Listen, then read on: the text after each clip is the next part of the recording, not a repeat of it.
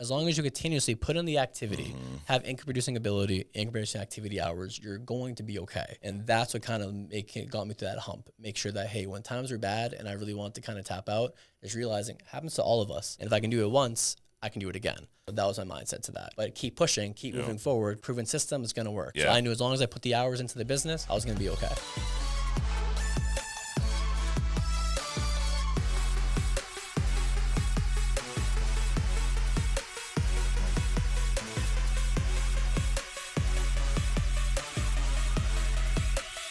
All right, welcome to True Talk. Got my man Rami Hamady with me today. How we doing, Rami? Doing great. Thanks for having me, Mike. Absolutely, dude. Thanks for coming down.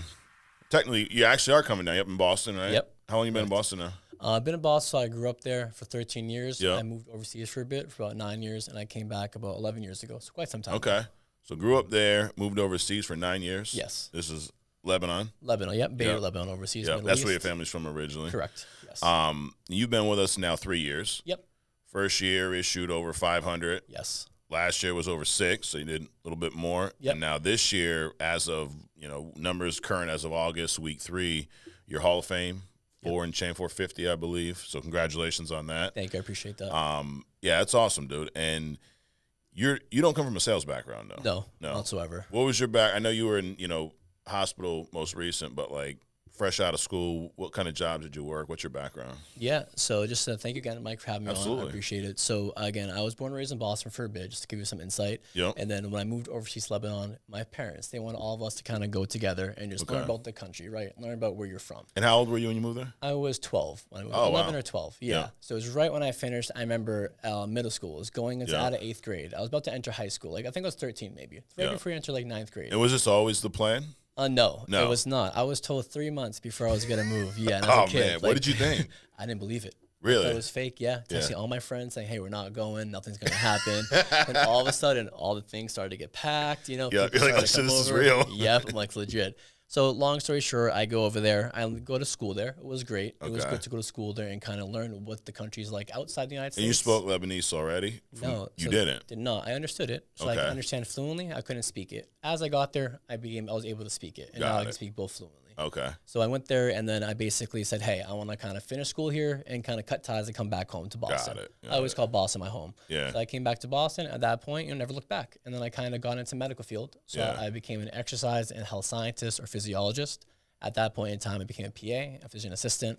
Then I entered my medical field. Okay. Track to become a doctor. Where did that desire come from? Did you always want to get in the medical field? So yes and no. So to be very honest, when you come from Middle Eastern background, they push on entrepreneurship, lawyers, or doctors, right? And then for me, it was either, hey, become like a lawyer, because I know how to argue a lot. My parents always told me, like, hey, you can argue for days, or, go into the medical field. And I liked helping people. Science was always good for me. Biology, I did really good in those kind of grades. Okay. So I just kind of gravitated to it, but it wasn't per se passion. I would say just kind of fell into my lap. Okay. That makes sense. Yeah. Kind of like, this will make my parents happy. Exactly. I don't dislike it, so hey, let's give it a shot. Be blunt. Correct. Got it. Okay.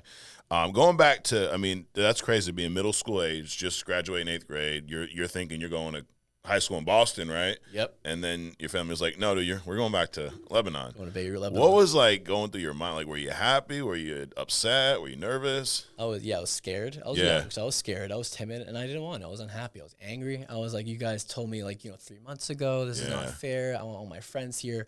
And it's tough. I'll be very honest.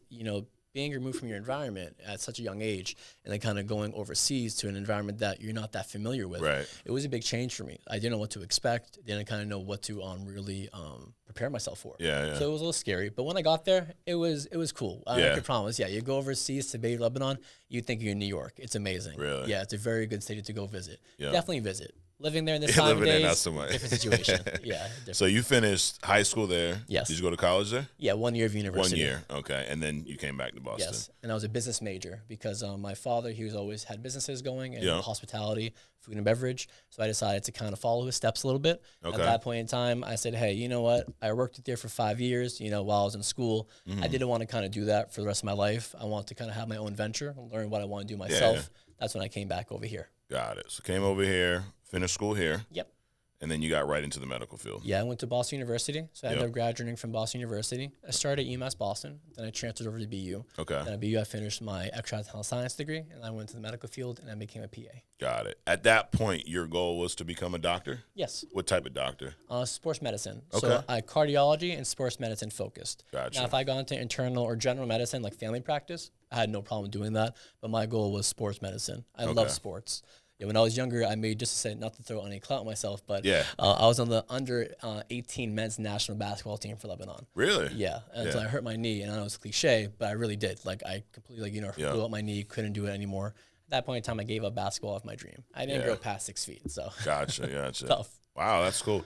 Yeah, it's funny. You think about, like, the odds of, like, making it in professional sports. I mean, you hear that so many times. I was top of my class, I was whatever, and then it's one injury. That's it. And it's done. All it takes. Insane. I mean, it's like, these people, the athletes shouldn't make so much. Dude, you know what they do, what they're, like, it's a sliver of percent chance that you're ever going to make it there. Exactly. And you have so much risk compared to the pros. I agree. Absolutely. So was basketball always your favorite sport? It was, yeah. Basketball and football. Gotcha.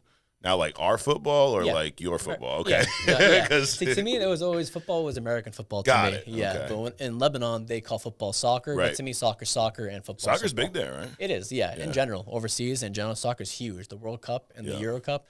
Big time. I like soccer, but not too big much of a fan. Too long. I can't watch it, man. It's too. You're playing for an hour, and then that's why they get so excited off of one goal. It's like you've been kicking the ball around for 1 hour, and you got one score. Exactly. I'd be celebrating too, like I just won the lottery. 100%. Like, oh shit! It's taking me 49 minutes to get this.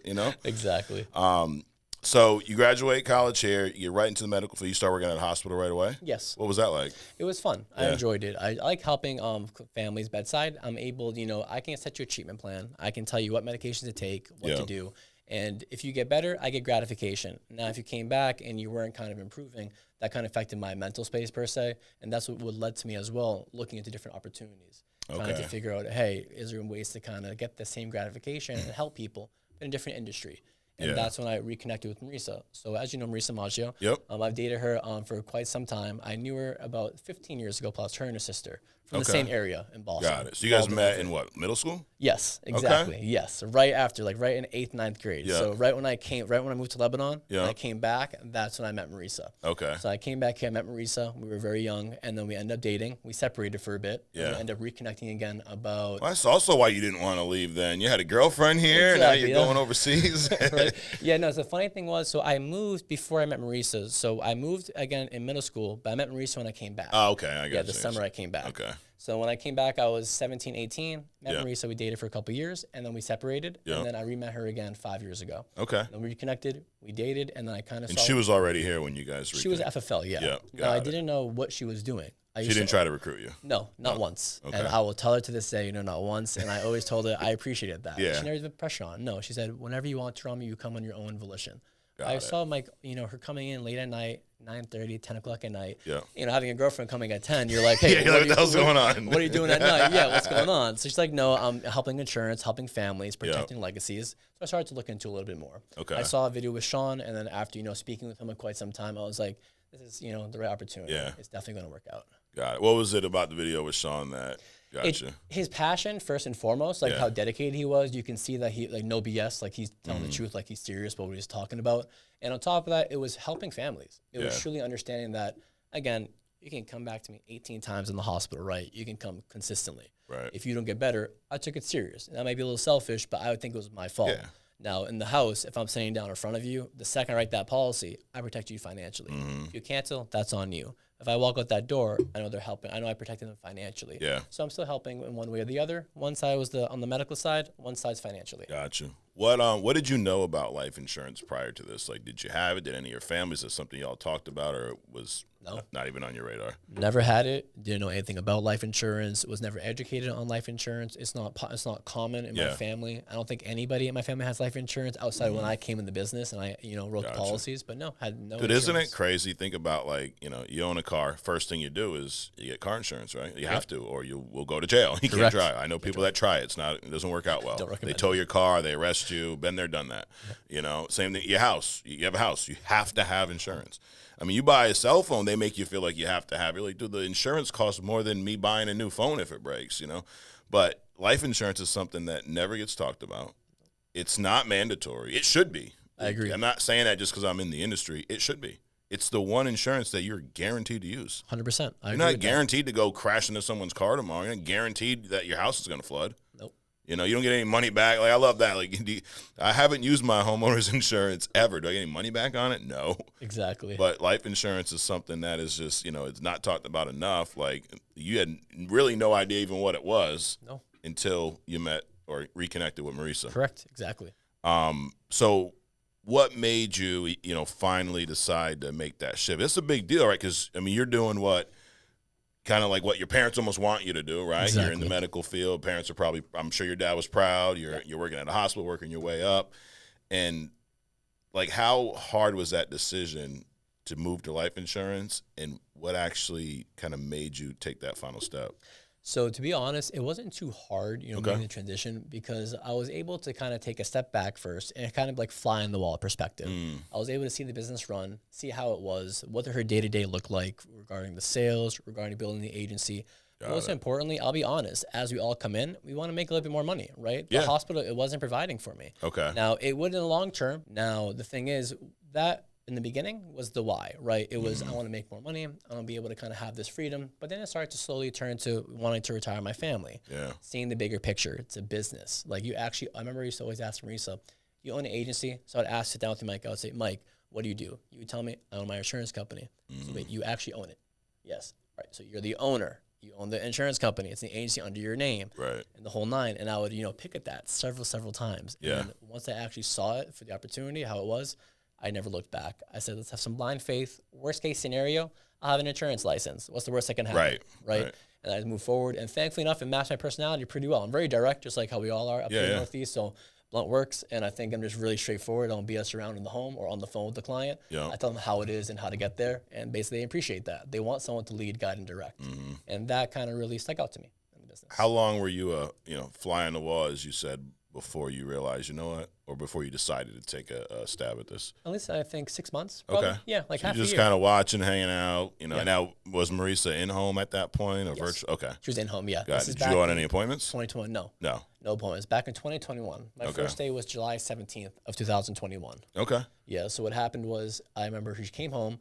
She came home that week a couple nights late, and I knew that she was working. Yeah. And I had a really bad day at the hospital, tough week, This is after the, certain things happened in 2019, 2020. Right. Oh, yeah. Hospitals are full, a mess. Yeah, dude. So they're understaffed, to say the least. God, so at that point, that must have sucked. Yeah, tell me about it. I don't even want to think about it. It's surely PTSD. Yeah. But that, was pushing me towards it. So that kind of was opening my eyes, saying maybe I should start looking at other things. And I had a conversation with my father about that. I said, my dad's an entrepreneur, so he understands business. He said, if it's a profitable entity and you're able to make a profit and it's not something that's going to harm you or your family, take a shot at it. What's the worst that's going to happen? He's like, truly. He's like, in business, you shoot for the moon, land on the stars type of thing. So I said, and you're how old were you at the time? I was 29. Got I'm it. now 33. So still young enough to hey, if this doesn't go, you're not stuck here. You're not 62 years old where it's like, dude, I ain't got much time left. No, and I always had the hospital's always open. They always said, hey, you can always come back here and work if you want to. And I'll be honest, it's something called per diem. It means you can work seasonal on the hospital. Okay. I went from part-time to per diem. So I had kind of worked your way out of it. You had a safety net. I was like, in the beginning, I said, doesn't work, I can go back. Gotcha. But that's what I did in the beginning, and truly it just kind of really propelled me to move forward in the business. Convention was huge, by the way. No exaggeration. Which convention? The first convention I went to was down in Miami. Okay. Yeah, the first time that we went down to Miami. Okay, the first stadium. That was my first convention. Really? Yep, and when going there. How long were you with us before that event? A year, not even. It was so you were already out there selling a little bit. Barely, part-time. Okay. Yeah, part-time. 18 families the first month. Okay. Yeah, I hit the ground running. What was your first time down on lead? And this was back, we were still in home, right? Yes. What was it like? Because you've never done sales. No. Obviously, you can talk, communicate. I would say you're probably an extrovert, right? Yeah, I would consider myself But that doesn't always translate. I know a lot of people that just can't shut up. It doesn't mean they can sell. It's like they'll talk themselves out of sales. I know them, talk to them all the time. Exactly. I've done it at times. But, we've all done it. It's like, dude, if I could just tell myself to shut up, maybe I would have helped this family. But what was it like, that first time on the phone, getting in the home? Did you have success right off the bat? Did you struggle at all? Yeah, so my first time, I remember going to the office. I remember I walked in with Marisa and Christine in the Chelmsford office. Yep. They said, hey, here's a stack of leads. Here's a script called. They were aged mortgage protection. They're the mailers. They're probably about, thinking back at it now, 7, 8 months old, maybe up to a year. I had no idea. I was just told, hey, call these leads, and here's a script. I went through the script. I continued to call the leads over and over again, and I ended up booking my first day 14 appointments. Okay. Yeah. And how long did you dial for? For about 5-6 hours, I believe. Yeah, straight. Straight, yeah. Because some people, nonstop. Rami, are like, I work for, 19 hours. Like, dude, you went and got coffee. You took a freaking nap. You were taking a shot. Like, stop. You didn't work for You may have started a project in the morning, went and did a bunch of other shit and came back, but you're 5-6 hours straight dialing. Straight. And I had Marisa with the office door open, seeing her office door open, and they purposely were making sure that, hey, I want to hear you talking. And if I don't say every word on the script, they would come in and say, so they hey, correct you right on the spot. This. Yeah, there's a point on the script. I remember it said, are you a smoker or non-smoker? They would answer yes or no. And it says, okay, do you plan on starting anytime soon, or do you plan on quitting anytime soon? Yeah. I wouldn't say that a few times. They would come in and say, yeah, say this. So I started reading it, and the script worked. Yeah. And I will implore new agents, guys, just to literally read the script. That's all you have to do. It's just literally just read the script. The system works. The wheel's there. Don't reinvent it. May take some time. Right. It's going to work out. And for me, right away, I had success on the phones. Now, I'll tell you this. In the field, a little different. Yeah. So I had a good success, 14 appointments. Didn't sell any of them. Really? How many did you sit with? Yeah, I sat with 6 of them. Okay. 6, yeah. Didn't sell any of them. For my first day, nothing at all. Second day, came back in. Wait, hold on. Let's stop there. What happened in these appointments? So, it's really funny. Honestly, it was really funny. She's a Lebanese woman. So in my mind, think about this. What are the odds, dude? I'm telling you, right? So think of this, right? You enter the business. You kind of get your feet wet, you book the appointment, and she's like, all right, she's Lebanese, and you're talking to her in Arabic. So in my mind, I'm like, hey, it's a lay down. I'm like, she wants to get it no matter what. Yeah. I can build a report. I don't know the business. I'm like, it's easy. She doesn't let me in her house. She doesn't even let me anywhere near the apartment. We're sitting outside of the apartment on benches. God. Yeah. And then I'm going through it, and I'm asking her, like, hey, what do you want this for? What's it about? She's telling me to replace my income if I get sick. Yeah. Me being new, I kept pushing death. So you weren't even listening. No, I wasn't even listening at all. And then literally what happened was she didn't get anything, nothing. She was like, basically, hey, I don't need this, even though we have products that will cover sickness, disability, critical, chronic, terminal. I had no idea. Yeah. So, that first appointment, botched it. Went to another appointment, ended up talking to them, no showed. At night, 9 o'clock at night, Those are the best. They were the best. Now they are. Yeah. I was arguing with a lady, Mike. She's asked me how much it's going to cost. How much you want to pay? How much does it cost? How much you want to pay? Back and forth 20 different times, bro. It was ridiculous. Then I finally tell her it'll cost me $30 to $200. Who's going to ever want insurance when somebody is telling you this is the range? Right. I'm your professional. I'm going to tell you what your age and gender is going to bring to you, right? According to your health, but I didn't know anything. So that's how my first appointments went. I learned quick. I learned pretty quick. Were you so this was 6 in a day that you sat with? Yes. Didn't help anyone? 0. How did you, coming back home that night, how was it? Were you discouraged? Were you thinking about like, hey, this ain't for me? Or where were you at mentally? So I was disappointed. Yeah. It wasn't discouraged. I'm someone that, I'm going to give it my all. And if I do sample size with all my life. Everything I do, I have to make sure I have a good sample size to know that, hey, this is actually, a pattern. It's predictable. So you weren't ruling it out. You're just like, hey, man, this day sucked. Yeah, and I say I suck. I was, I was being honest with myself. I suck. What I do wrong. And I talked to Marisa, and I role played with her. I would be like, hey, this is what happened. This is what I said. And then she told me, like, hey, don't say this. Don't say that. And a funny story. 2 years later, that same lady filled out a lead. I went back to her house and I ended up helping her. The first one, the Lebanese lady? No, the one at night, Joanne. Oh, the one at, okay. Yeah, her name's Joanne. I still remember her name to this day. How long after she filled? 2 years. 2 years. 2 years. So basically, my 2.5 year in the business, I got a lead, went out there. I'm like, wait, this is my lady who told me basically like I don't want it. Yeah. She know the price. Did she remember you? She did. Yeah. She did, and I told the truth. I was like, I was new back then. I didn't really know what I was doing per se. I was just doing the best I could. But now I understand this. Let me help you. End up protecting her final expenses. Wow. Yeah. That's awesome. So first day, 0 for 6. How long did it take you to, like, I guess, when did you close your first appointment? Was it next day, next week? Next week. Yeah. Yeah, it was next week. The next week I closed my first appointment. It was in equity protection, and then I closed another one as a regular, just regular term policy, mortgage insurance. What do you think were the biggest changes you made from that first day to, that next week? Listening more. Yeah. Like taking the time to slow down. As you can tell, I can talk pretty fast sometimes and mumble a bit. So just kind of try to slow down, articulate more, and find what their need was. What's the why? Yeah. Like what's the purpose of the insurance? Not just, hey, protecting my mortgage, but why specifically? Right. Is it because the loss of income is going to cause this kind of burden? Do you not want to use retirement to plan for medical bills and treatment? those kind of things. So I would take constant action and constant correction from Risa, my upline, and of course other mentors of mine. And I just applied it and literally just said, hey, what do I say? How do I say it? They told me, and I said it. Yeah. And it worked. I mean, that's so huge because, it's like, in one sense, when you're booking an appointment, when you're on the phone, I mean, say exactly what I say, and if you say it that way, you should be able to book the appointment. But in the home, you never know what you're going to run into. No. It's not like it's the complete opposite. You can't have a script for the home. No. And I think in the beginning, we always, well, what do I say at this point? Just take the appointment, one appointment at a time. That's right. And like you said, listen.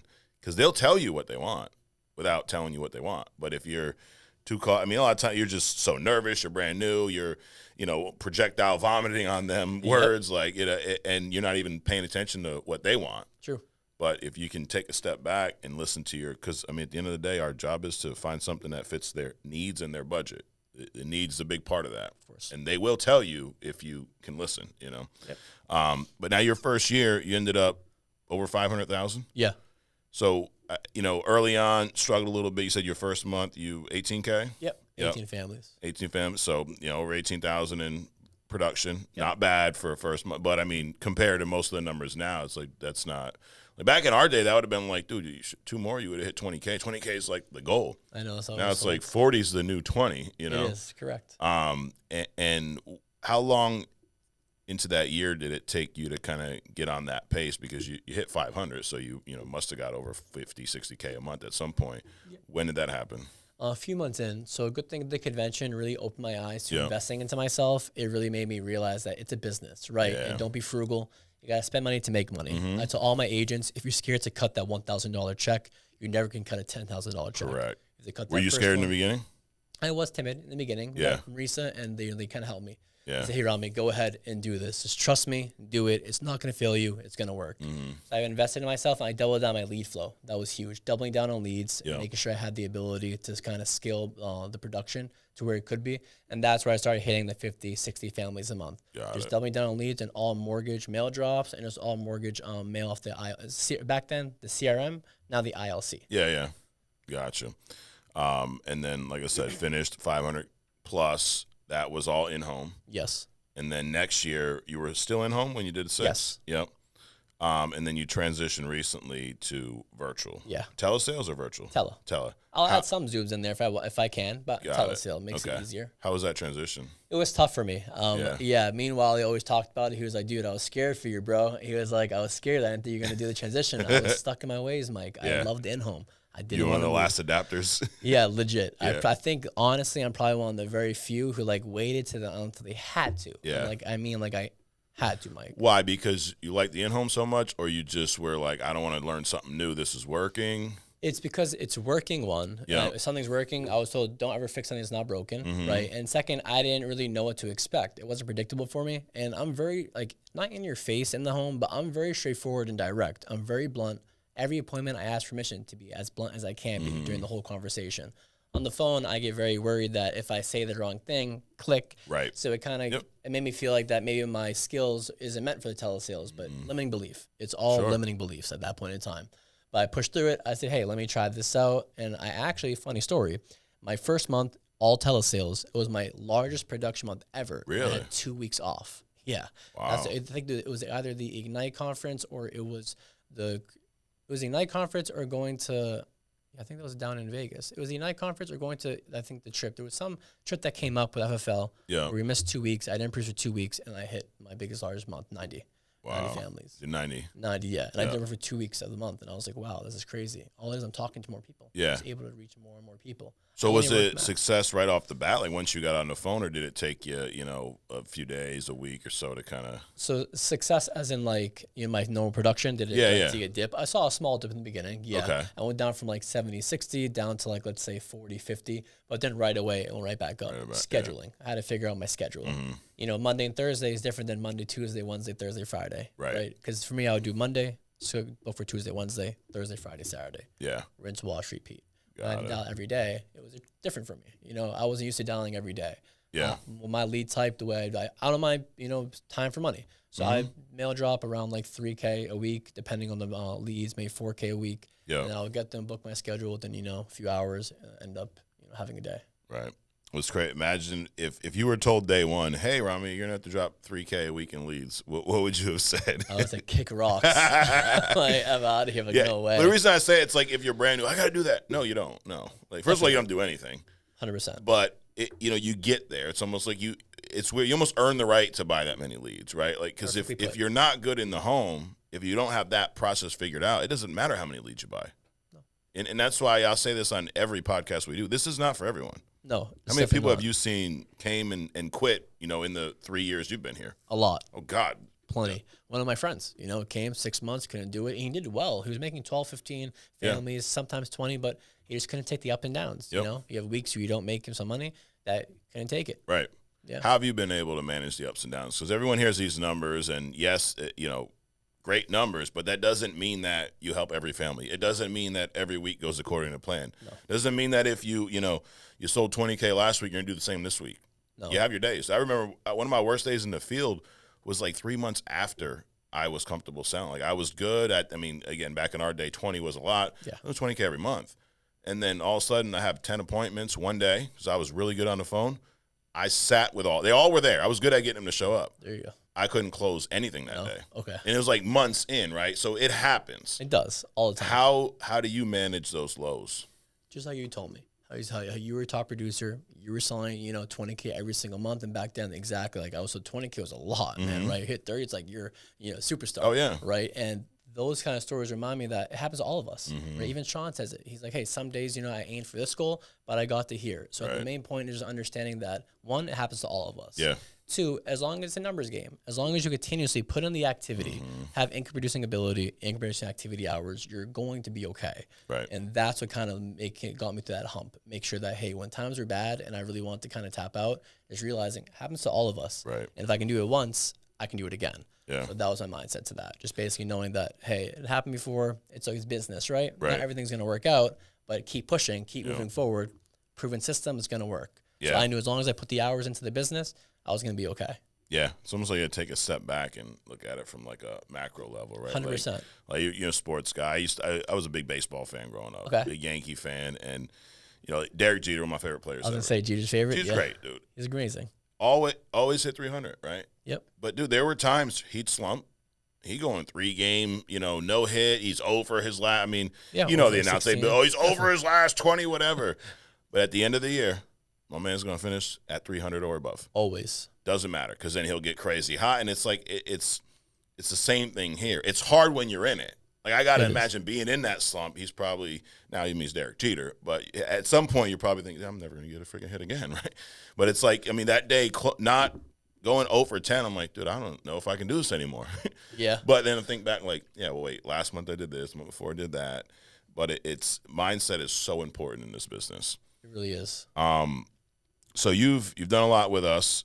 You've done a lot for your family, which is awesome. You told me a little bit before we got started that you retired your mom. Tell me more about that. Yeah, so I was able to finally just retire my mom and say, hey, Mom, you don't have to work. Now, if you want to work for yourself, to get out the house, move around, that's completely fine. But I want you to know that you never have to worry about finances ever again. Yeah. And that to me was huge because I don't want to get emotional here, but coming from where my parents came from and the work they did and what they had to do to kind of get here, they deserve it. Like, they worked their asses off. Like, excuse my language, they busted it. They had, I was at the convenience store. They owned convenience stores for quite some time down in Boston. I would go there when I was young. I remember to this day, every day I'll be up in the office. They're watching the cameras, doing the accounting, going to the banks, 5 p.m. at night, and literally just being a kid, just in the car with them because they couldn't pay for daycare. Right. I had to be with them 24/7. They couldn't afford it. My dad would tell me all these stories, his friends going partying, doing X, Y, Z, and he just stayed home, grinding, double shifts, and being able to just, look at my mom and say, you're okay. Like, things gonna be all right. Yeah. It truly, opened the world to me. It really made me feel like, all right, I'm doing the right thing. That's awesome, dude. Yeah, well, congratulations on that. What was your mom doing for work when you retired her? She was working at Marshall's. Yeah. Marshall's retail. Yeah. She was doing. That's busting awesome, her ass off, man. Yeah, working, absolutely. Moving things left and right. And there's 18-year-old kids in the place. I'm like, why aren't they moving these boxes? I get angry from my mom. Like, it's crazy. Yep. I'm like, why are you guys sitting on your ass watching a 65-year-old woman take these boxes and pallets, get up and go do it? Yep. But at the end of the day, how some things are. It's corporate, right? You got to, abide by what they tell you That's to do. not my job. Yeah. Your dad's back overseas, right? Yes. He's been there running businesses. Yes. lot going on over there, right? The whole war, all that. Has that affected you and your family at all? It has, to be honest. Yeah, the economy, inflation, a lot of recession has hit. Yeah, it's slowing down tourism, so the businesses aren't operating to their full capacity. So it's definitely impacting income on that end. Yeah. But hopefully, with time, things are going to work out, and always, God's going to play the way. But yeah, I just hope that things work out. But it's tough right now. But my dad's there overseas in Lebanon. Correct. Yeah. And the reason I ask, it's like you can let. Like I was talking to a guy recently, who was a friend of his was in some accident or whatever, and he's like, "Yeah, my brother's like, what are you gonna do?" He's like, "I'm gonna go to work." Like, what do you mean? Like, I'm not a doctor. I'm not like I feel horrible, but what am I going to do? I'm going to get up and go to work, right? So you got family over there. I'm sure this weighs on you mentally. How are you able to kind of put that aside and keep doing? Because there's people that would let that consume them, right? Like, I agree. They complain about it. Like, you don't understand. Like, my family's over there. The war's going on. Like, no, I do understand, but what are you going to do about it? Are you in the Army? No, so you're not going to go over there. So what can you do about what's happening right there? And if they do with everything, politics with this, like, this is going to happen. Dude, how about you just take care of you and your family first? Like, how are you able to kind of all that going on, but still just keep doing what you do here? So to be very blunt, I'm very thankful I have Marisa, as my business partner and my loved one. I rely on her. She's like my rock in a way. Like, I'll be honest, Mike, like, I know I can talk, but I'll break down sometimes. It gets overwhelming at times, especially when it comes to family and things like that. So Marisa's a big outlet for me. I'll be able to, just voice her my opinion, voice how I'm feeling. And even if what I'm saying is out of line, even what I'm saying sounds so dramatic, she'll listen. Yeah. So just listen and not, combat it. Just listen. And then I'll realize what I'm saying is stupid. Calm down, Rami. It's going to be okay. And that really has helped a lot with my mindset. But my agents, knowing that if I'm not on my A game, how can I help them? And what if that happens to their families? What's going on with mine? Thankfully enough, I have Family First Life, truly. If it wasn't for all you guys and what you guys do, I would not be able to help my family. My dad was covering all the finances for all of my family, even myself, including until the age of 24. Wow. And I'm 33 now. I'll be honest, admit that. I have no problem admitting that. Yeah, He just wanted to take care of my family. You guys do nothing. He paid all my college, all my student loans, everything. He just covered it. Now that cut, once, all those things started going awry, and now with the war going on, imagine how my mom feels. Absolutely. So at that point in time, that's where I was like, you know what, Rami, shut the F up, get to work. Yeah. Kind of, you have the ability to print money, go and do that and go help people. But at the same time, my agents, they kind of help me in there as well. And like I said, having an outlet. So I think it's important to have someone to kind of connect to and just vent to. Even if you're, it's okay to be complaining and dramatic. It happens. We're all human, right? We all have emotions to deal with. Right. The guy told me 15 years ago, I first got in this business, was just getting going, recruiting. He said this in a meeting, that the day you recruit your first agent is the day you give up your right to be average and ordinary.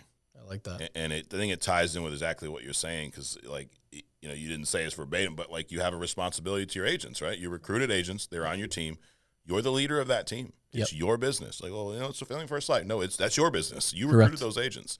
You can't, and maybe it's messed up, you can't mope around. No. You can't. It's like the airplane analogy, right? Like, you got to put your mask on first. Why? Because go ahead, start putting everyone else's mask on. Don't have yours. Your ass is dead, bro. Exactly. That's it. Take care of you first, but do that quickly so you can take care of whoever else is around you. Exactly. It's the same thing in this business, right? You got to take, and when I say take care of yourself mentally, and you got to be here. Once you decide to recruit, you don't have the right to feel sorry for yourself. Like, that's mean. No, it's true. You don't. Because other people relying on you. Exactly. That's the main goal. They're relying on me. And like you said, and just having that mindset and just understanding, like you said, the responsibility of having a business. Just like owning a gas station or, having a convenience store, any type of restaurant, any business in general. Yep. You have obligations, you have staff, you have to make sure they're helping their families. And if you're not having the restaurant in the best capacity, you're not going to have customers coming in. They're not going to be able to serve and wait people. Right. It all connects, just like you're saying. Yep. Yeah, like your dad's got the convenience store. It's one thing if he's running it, but the minute you hire someone, it's like, I better make sure there's enough money to pay this person on Friday. Exactly. And then the Friday after that and the one after that.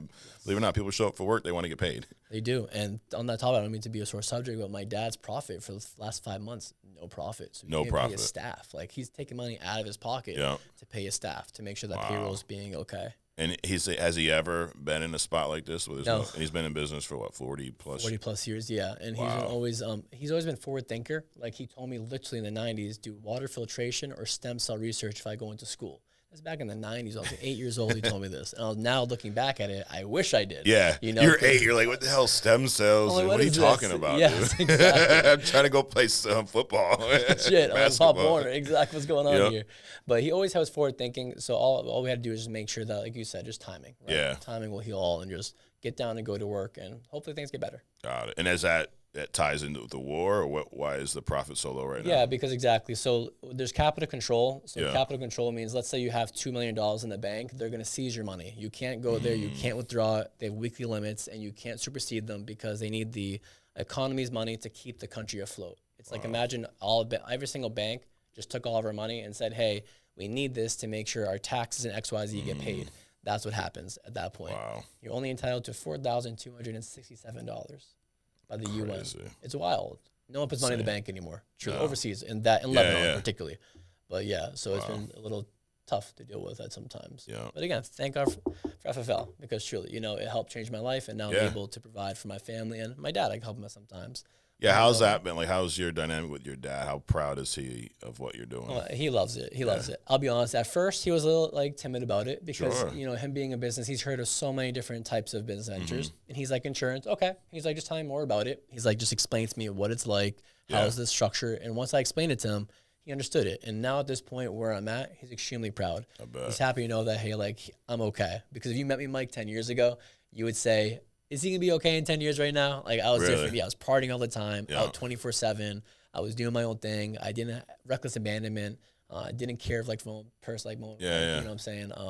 I would not go to school. Like, Marisa would literally drop me off at the train station. I would tell her, I'm going to college. And what I would do is hop on the T, go on the Orange Line, and go into Boston instead of going to my school. Just hang out. Yeah, just hang out. Or I'd go to my boys' school. Yeah. Literally going to class. I should be at class at the same time. I'm waiting in the courtyard. While he's going to class, I'm skipping class. Imagine how stupid that is. That's the kind of mindset I had back in the day. And, of course, you grow and you learn and you change. Yeah, so when did the change happen and how?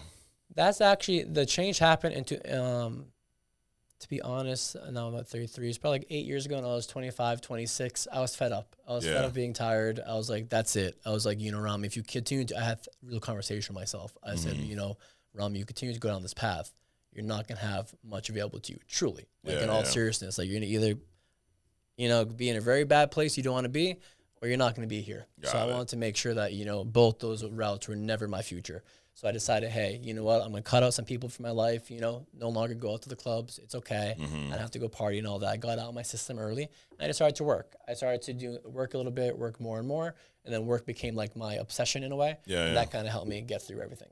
Got it. Well, that's awesome. A great story, and it's just amazing to hear, all the shit you've gone through and to see where you're at now, where you're going to continue to go. You are recruiting now, right? Yes. How's that going? Great. Yeah. Good. Got some good agents coming in the pipeline. Yeah, cool. Definitely. Love it. What's the team volume right now? My team volume is a little low. It's around 110, 150. Yeah, right under VP. Got it. Right now, my personal production was what I was focused on in the beginning, but now I'm focused on. So you getting a bonus yet? Yeah. Yeah. Yeah. That's cool. Yeah, that's cool. It is. Yeah. So you get a VP bonus, you're getting a producer bonus, and then obviously commission from the carriers. Not a bad program. No.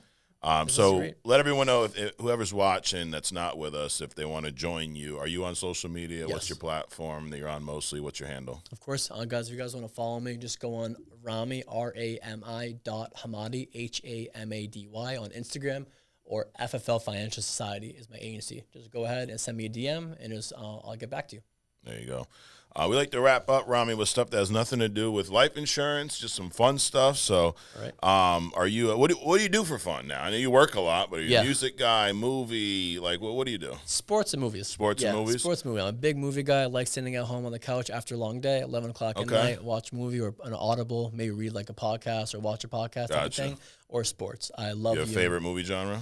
Movie genre right now, it's me personally, sci-fi. I'm not gonna lie, I'm a sci-fi fantasy kind of guy. I love the witches, those supernatural, those types of movies. Give me your top 3 sci-fi movies. If I know nothing about sci-fi, I want to get into sci-fi. What do you tell me to watch? What are your top 3? I'm gonna tell you to watch Alien. I'm gonna tell you to watch the X-Files as a TV show. Alien series, all the movies. Yeah. And then I would even lead you with Game of Thrones in a way. I know it's not really sci-fi, but it's more of that fantasy version, or Westworld for real sci-fi. Oh, dude, I love loved the first season of Westworld. Westworld, yeah, it was legit. Yeah, second was okay, and then third, I'm like, what are we doing, guys? They pushed it out. Yeah, it's like, dude, you're trying to be. I shouldn't have to like have a book on the side to tell me. Like, I should just be able to watch and know what's going on. I should have to do my own research after I watch the show. The second they brought Jesse from Breaking Bad in, I was like, all right, that's it. They're dragging it out. It's too bad because I like him. But I love him as an actor, truly. Yep. But that's their show. God. After they should have ended it once, they did the send off when he kind of off himself. I think that should have been the send off. I don't even think I've seen. Is there 4 seasons? I don't think I've seen the last one. There might be. I think when they go in the city, but most was good though. Like too much. And supernatural. If you're into like any type of like ghosts, things like that. Supernatural. It's long, but it's good. Okay. It is.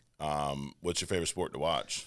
Ooh, to watch? That's a good question. Yeah. Football right now, NFL all day, and basketball, NBA. I love NBA, but football is definitely a fun sport. Yeah. Yeah. So who's going to win the Super Bowl this year? Tough question. I think the Chiefs can repeat as long as they get Rashee Rice back out the exempt list. But outside of that, not just the Chiefs. I like the Pats, but they're not going to do shit this year. Excuse my language, right? They can't do one of the Pats, I think, the Chargers might do something this year. It depends on what they can do. Okay. Yeah, I like Kyron Williams a lot. Yeah. And I think that, what they have out there is good. With Jim Harbaugh coming back up, I think they can do some work. Nice. Who do you like? I'm Packers fan. Packers? So, yeah, okay. Yeah, they're playing Eagles in Brazil this week. So nice. See how that goes. Jordan Love still the starter? Yeah. He got a big old fat contract. So there you go. Good for him. Hopefully he does just as good as he did last year. I think he will. Yeah. So are you a fantasy football guy? Yeah, I am. I got Brock Purdy and I got Jordan Love. Who should I start? Purdy, really? Purdy. Yeah. The more weapons. But then again, if depends on the running back situation in Green Bay, right? If the backs ain't there, go Love. He's going to be throwing the rock, I think, 50-plus times a game. All right. But Purdy, you heard it here first. We'll see how it works out. Purdy, all right. Maybe I'll go with Purdy. And Got it. All right, cool. Well, dude, I really appreciate you coming up doing this. I appreciate having Mike. Truly. Thank you, my friend. Absolutely. And congrats on all the success. Keep it going. And I'm going to put you on the spot. You're at 458 right now? Yep. What's your goal for the end of the year? 1 million. 1 million. You're going to be at $1 million. 1 million. All right. Well, 100%. I was tracking it. I'm still tracking it. A couple months, got to kind of grind down. Yeah. It's okay, though. You're close, dude. I mean, it's ramp it up a little bit towards the end of the year. And I don't say it's easy, but the end of the year, holidays and stuff, it's harder to tie people down, but family's more on everybody's mind. Like back in the day, we always had like our biggest months were the last few months of the year because it's holiday time. People think about family, that stuff's on their mind. They take time off of work. So, I think you'll hit it.